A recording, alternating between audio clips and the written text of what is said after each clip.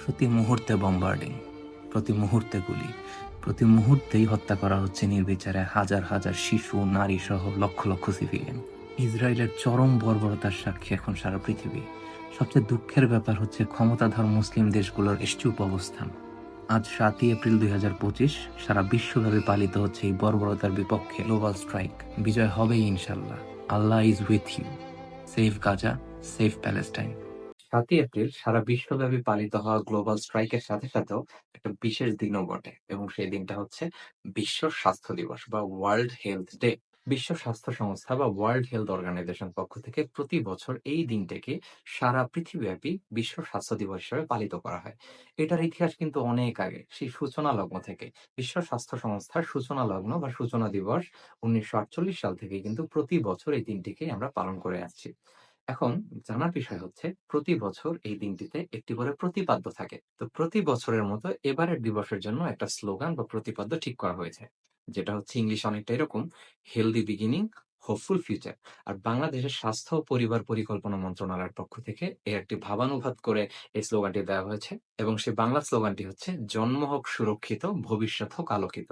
আসলে এই জিনিসটার তাৎপর্য কতটা ইম্পর্টেন্ট এটা আপনাদেরকে বলে বোঝানো যাবে না। এর কারণ হচ্ছে, আপনারা জানেন কিনা জানি না, বর্তমান সময়েও সারা বিশ্বে প্রতি বছর ৩০ লাখেরও বেশি অথবা ৩ মিলিয়নেরও বেশি মা গর্ভজনিত কোনো না কোনো জটিলতায় মারা যাচ্ছেন।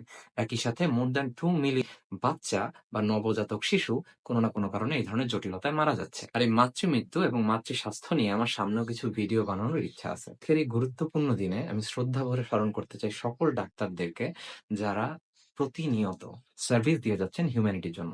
একটা উদাহরণ না বললেই না, আমি কিন্তু এবার ইন্টার্ন হিসেবে ১ম এ সার্জারি ওয়ার্ডে জয়েন করি, এবং এবার ঈদ রোস্টারে আমার নাম পড়েছে। মানে আমি ঈদে কোনো ছুটি পাইনি। না পাওয়াটাও স্বাভাবিক, আমার বাসা ঢাকায়।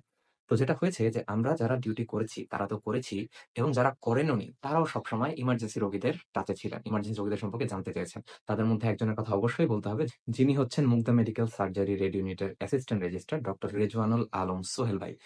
উনার দক্ষতা, স্কিল নিয়ে যত বলব ততই কম হয়ে যাবে। যে বিষয়টা আমার বেশি ভাল লাগে সেটা হচ্ছে উনার ডেডিকেশন। উনি ছুটি নিয়েছিলেন, তারপরও নিজ উদ্যোগে ইমার্জেন্সি রোগীগুলোর খবর নেয়া, তারা কি অবস্থায় আছে তা জানতে চাওয়া, এবং তাদের ওটি হওয়ার সময় সব কাজ ফেলে হঠাৎ করে মেডিকেলে চলে আসা, এটা কিন্তু চরম লেভেলের ডেডিকেশন শো করে।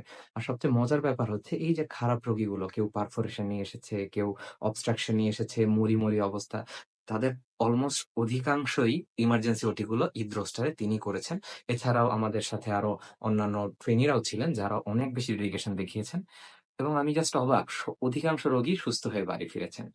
আর এমন শত সহস্র সোহেল ভাইরা এই লেভেলের ডেডিকেশন দেখায় বলেই হয়তো অনেক খারাপ হয়ে যাওয়া পেশেন্ট, অনেক শকে চলে যাওয়া পেশেন্টও সুস্থ হয়ে বাড়ি ফিরে যায়। তো আজকের এই বিশ্ব স্বাস্থ্য দিবসের এই দিনে স্মরণ করতে চাই সকল সোহেল ভাইদেরকে। এরকম শত সহস্র সোহেল ভাইদেরকে জানাই স্বাস্থ্য দিবসের শুভেচ্ছা এবং কুডোস টু দেম।